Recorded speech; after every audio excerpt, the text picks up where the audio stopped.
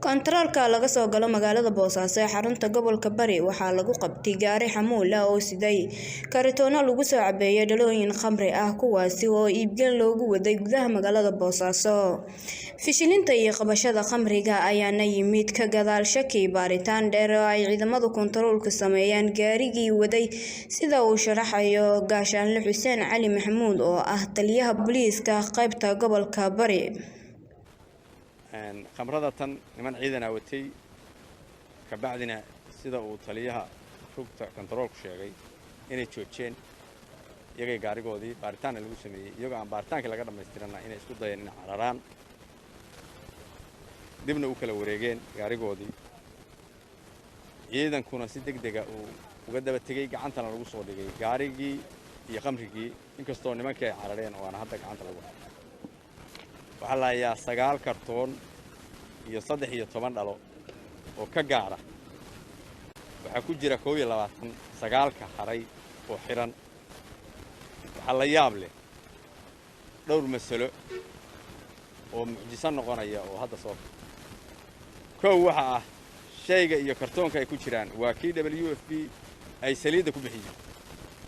uma qaadan karo qof taagan kontarool ama meel jooga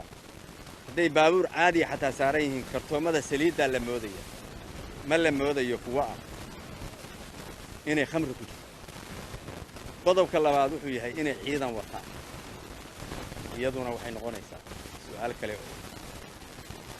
anshaxa iyo wanaaga ciidanka lagu yaqaano waxa dheer intaas oo aan faraynaa ciidan kasta oo jeegboonta jooga oo gobolka Bari jooga gaari kasta oo ciidan leeyahay inay jeegarayaan gaari kasta oo ciidan wato hadduu yar yahay iyo hadduu weyn yahay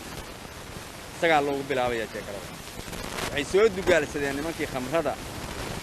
kala waaridi jiray inay askarta dhex galaan oo qaybo ka mid ah ay taas kale ka baad uga aqbali mayno iyagana saan uga hari mayno buur bay ka bixin karaan wali ciidankii waa la jiraa waa lagu maqan yahay waana la soo qabanayaa الله كل إلى بريتو إلى عاون مكاس لقى سحما إلى لك وحنا لكيني كونا شرقة لقين دونا وحنا مروا البلد وتاجنا هي إن كإلى على المبدأ للدلكة وحوجوه الرئيس خمرضو booliiska Puntland ayaa mudooyinkii dambe ka waday deegaanada Puntland howlgalo ka dhan ah maandooriyaha kuwaasi oo lagu soo qabqabtay dhowr ruux oo qaybtood la maxkamadeeyay.